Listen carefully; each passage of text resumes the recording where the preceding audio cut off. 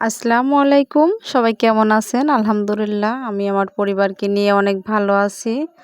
আজকে আরও একটি নতুন ব্লগ নিয়ে চলে আসলাম আপনাদের মাঝে। আশা করি সম্পূর্ণ ভিডিওটি দেখবেন। কোথাও কোনো জায়গায় স্কিপ করবেন না। স্কিপ করলে দেখতে ভালো লাগবে না। বাবার বাড়িতে আসছি, যাওয়ারও সময় হয়ে গেল। কেন যেন মনে হয় বাবার বাড়িতে আসলে সময়গুলো তাড়াহুড়া করে চলে যায়। কখন যে সময় চলে যায় কিছুই বুঝতেছি না। আসতে আসতেই ৭ দিন হয়ে গেল, কিভাবে বুঝতেই পারলাম না। আর এই যে আমার ছেলে ২টা, আমার ২টা বাবা বলল যে আম্মু চলো একটু ওই দিক দিয়ে ঘুরে আসি।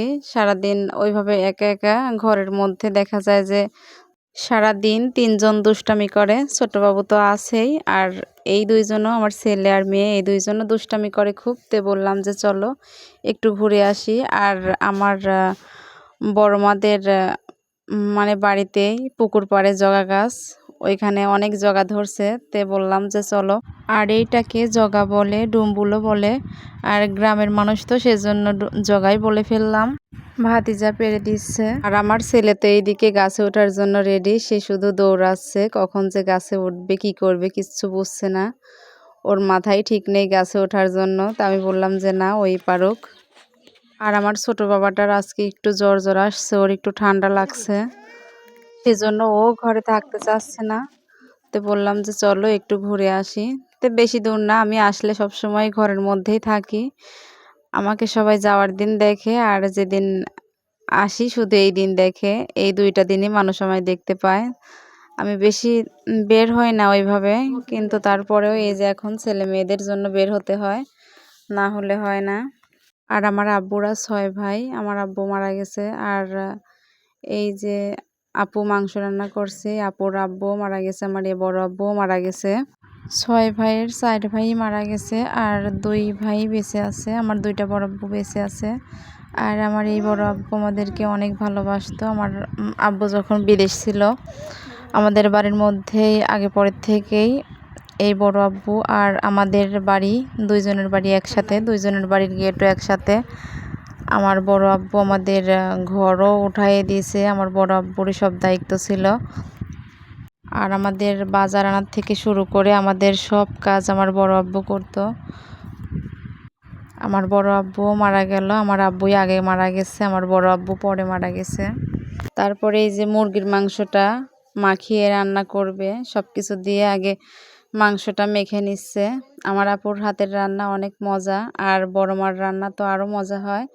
বড় মা অনেক সুন্দর করে রান্না করে।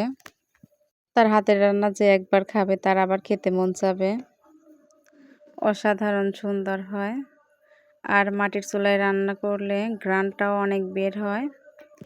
মাটির চুলায় রান্না অনেক মজা হয়। গ্রামের পরিবেশটা যার কাছে যেমনই লাগুক, আমার কিন্তু ভালোই লাগে। আর আমি গ্রামেরই মেয়ে, গ্রামেরই বউ। গ্রামের পরিবেশে রান্না বাড়া অনেক ভালো লাগে।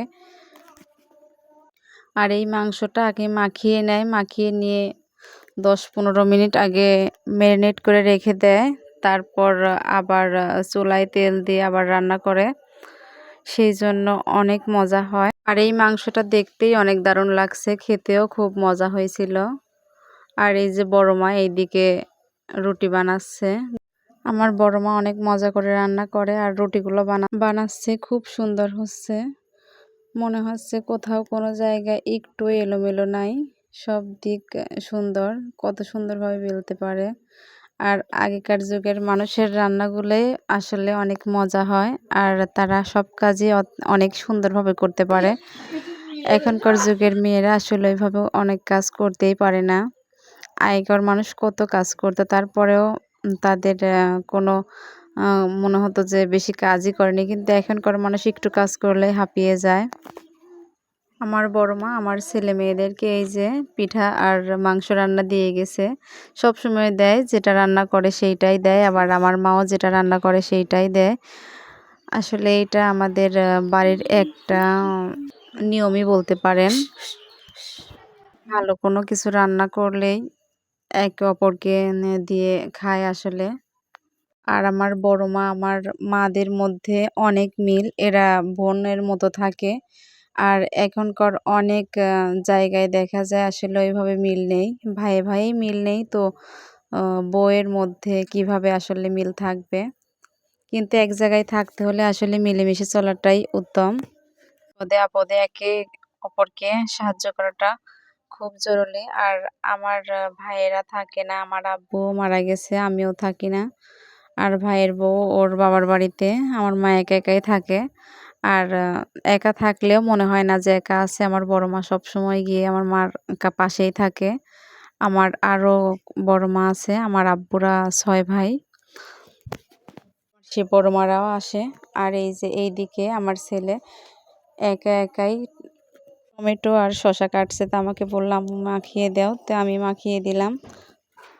টমেটোতে মরিচের গুঁড়া বেশি দিয়ে ফেলছে, তা আমি ওইগুলো উঠিয়ে দিলাম। আর এই যে গরুর মাংসের ঝোল দিয়ে মুড়ি আমার অনেক ফেভারিট একটি খাবার। তো আমার মা বলল যে মাংস রান্না প্রায় শেষ হয়ে আসছে, তো যেটুকু আছে দাও বাটিতে তুলে দেই, আর মুড়ি নিয়ে আসো মেখে দেই, এগুলা খাও। আর মাংস রান্না আছে, মুরগির মাংসটা আছে, ওইটা ফ্রিজে রাখছে। আর এই যে এদিকে কচুর লতি দিয়ে মাছ চচ্চড়ি করছে।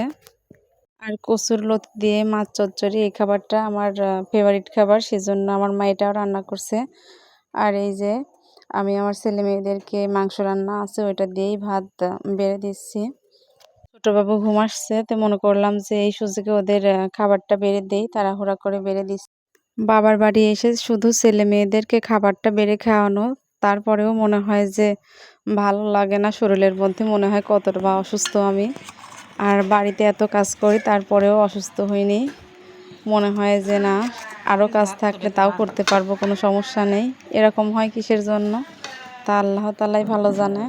ওই বাড়িতে এত কাজ করি হাঁপাই না, কিন্তু এই বাড়িতে এসে আমার মনে হয় যে শরীরে চলছে না, শুধু ঘুম ধরে।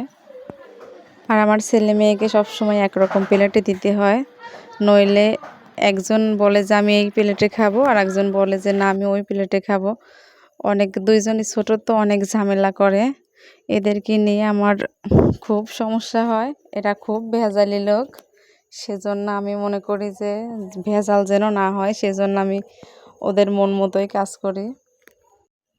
আর আমার ভিডিওটি যদি আপনাদের কাছে কোথাও কোনো জায়গায় একটু ভালো লেগে থাকে, তাহলে প্লিজ লাইক করবেন, কমেন্ট করবেন এবং সাবস্ক্রাইব করে পাশে থাকবেন।